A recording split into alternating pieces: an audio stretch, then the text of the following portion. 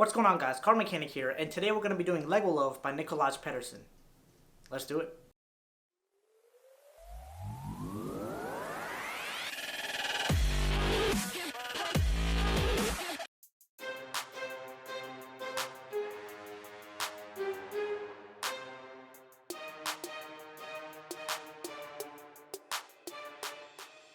So real quick, before getting into this, there is a tutorial on Dealergrip's channel. So I'll put the link to that tutorial in the description so you guys can go check that out. And this video will be more of what I found to be helpful while following that tutorial and just how I picked it up. So without any further ado, I think we're good to start. So getting into Legolove, we start off with a small packet that we take into our dominant hand. And the packet, I think, should be about 5 to 7 cards, because if too many cards, it gets a little difficult to do. And if there are not enough cards, then this packet bends very easily, making this flourish a bit difficult to do. So the way I usually get the packet is I usually break it off with my thumb here. And with enough practice, you should be, you should learn how many cards you're supposed to break off. And, clearly that's too many cards. So you're going to learn by the sheer number of times that we just start doing this, what 5 to 7 cards feels like. And if you're uncomfortable doing that, then sometimes I just start it off just by counting off a couple cards and getting that break and gripping the cards.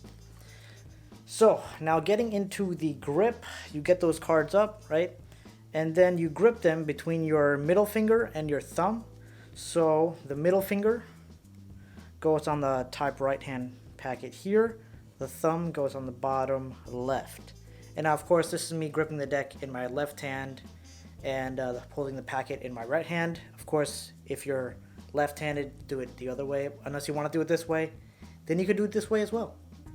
Now once you have the small packet in your hand, you're going to roll in this ring finger here so that this edge, this flat edge right here, is against the back of the cards, and you're going to put your pinky finger right in front of it. So if you almost let go of these cards with your thumb and middle finger, you'll see that they still stay. Right, so now when you get to this point, you're going to start pulling to the side with your pinky finger. So you're just pulling to the side here, like this, right? We're here, use the pinky finger, pull to the side. And now you also want to make sure that this card stays as close to connecting with this middle finger as possible, because we're pretty much using that as a pivot here, right? So we're pretty much pivoting this card about the middle finger using our pinky. So we're here, pivoting like this. Now once you get this down, you pretty much want to sandwich this card that you just pulled off between your middle finger and your ring finger. And you want to eventually move off your pinky. So this is how it's going to happen. We're here, we do this. We start moving our ring finger and pinky finger up. And move that up until we grip the cards with our middle finger and ring finger, and our pinky is no longer holding the card. Right, so one more time. Here. Use it to pivot around the middle finger, keep going up and up and up, and then we release with the pinky and grip with these two fingers here. Right, and that's probably, one of the most difficult parts of this flourish. So just a quick recap, we do this and we get here. Now once we're in this position, we're going to use our pointer finger now, and we're going to spin this other packet that we have, done nothing with. So the way we're going to spin it, we're going to take our pointer finger here, we're going to do this. Just start pulling it backwards, pulling it back until we get here, right? So you just went from a straight index finger to a curled in index finger, and then we're going to push down with it, down, and then we're going to straighten it out. So, right, so the cards just pretty much flip over. Let me do that one more time. We're here, we're just doing this. Let me actually remove this card. Maybe you can get a better view from there. So we're here, right? We have the card here. Let's pretend that's there. And we're just going from here, turning it over, straightening it out. That's all that we're doing, right? So now putting this card back in.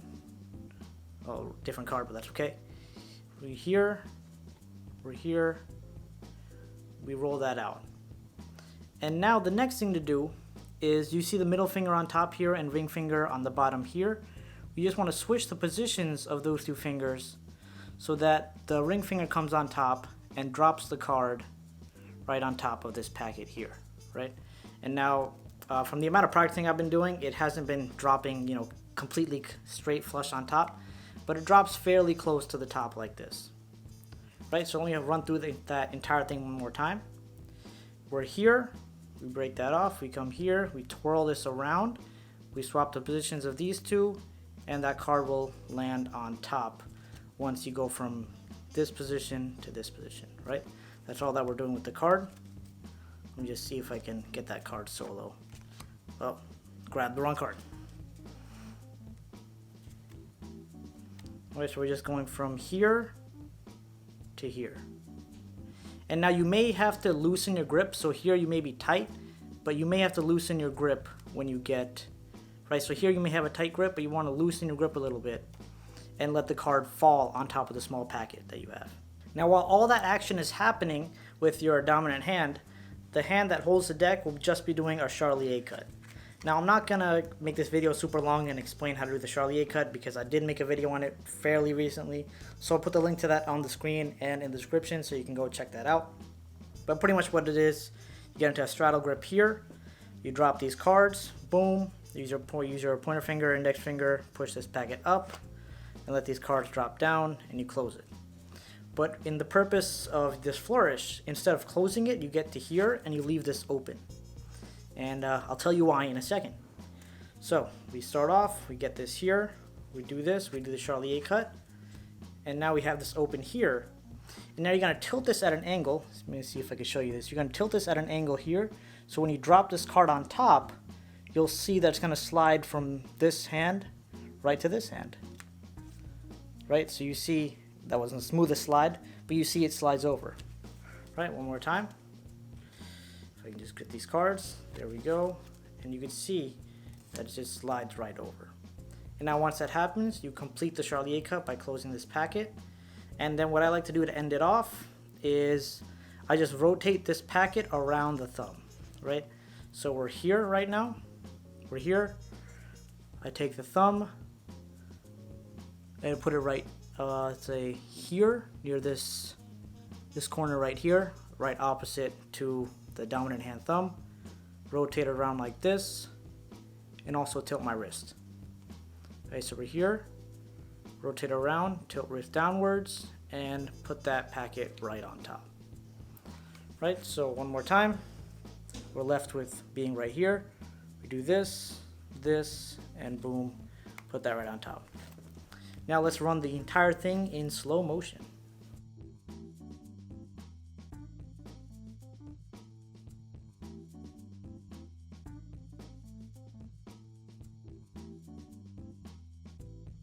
Now just one or two more quick things before I end this video. I think the most difficult part for me while performing this, let me get rid of the rest of this packet here.